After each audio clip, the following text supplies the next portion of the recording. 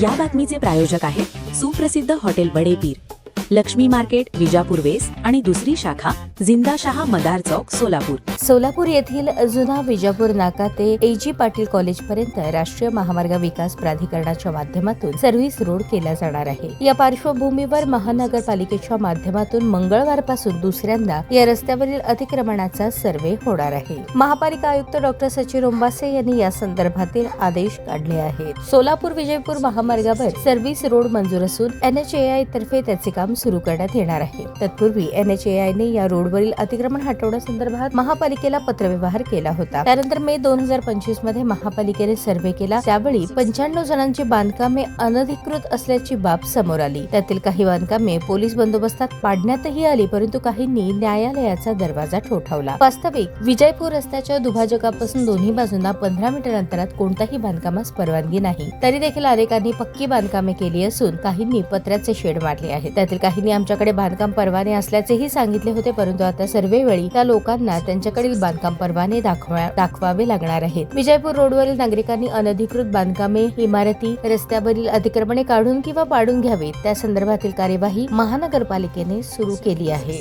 तत्पूर्वी या परिसरातील नागरिकांना विनाकारण त्रास अथवा नुकसान होऊ नये म्हणून महानगरपालिकेचे कर्मचारी इमारती, बांधकामे तसेच अतिक्रमणाचा सर्व्हे करत आहेत. सर्व्हे करताना नागरिकांनी त्यांच्याकडे असलेले बांधकाम परवाने दाखवावेत, म्हणजे सर्व्हेचे काम सुकर होण्यास मदत होईल, असे महापालिका आयुक्त डॉक्टर ओंबासे यांनी स्पष्ट केले आहे.